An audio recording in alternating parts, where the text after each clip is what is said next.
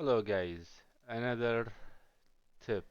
It's so helpful. If you ever close you're working on a Word file and you close it by mistake, just like how I will show you.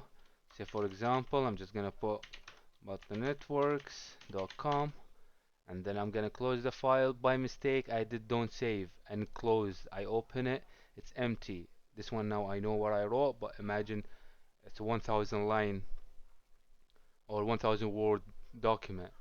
So the way you will get it back, so you don't have to redo everything.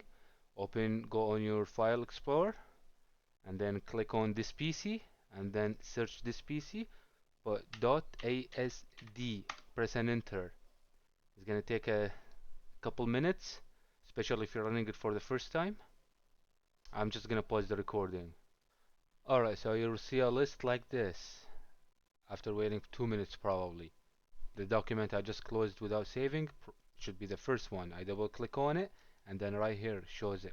Guys, try it, and that's so helpful. Sometimes you lose information you really need and you can't get it back. So that's an amazing helpful tool. Hope you like it. Have a good one.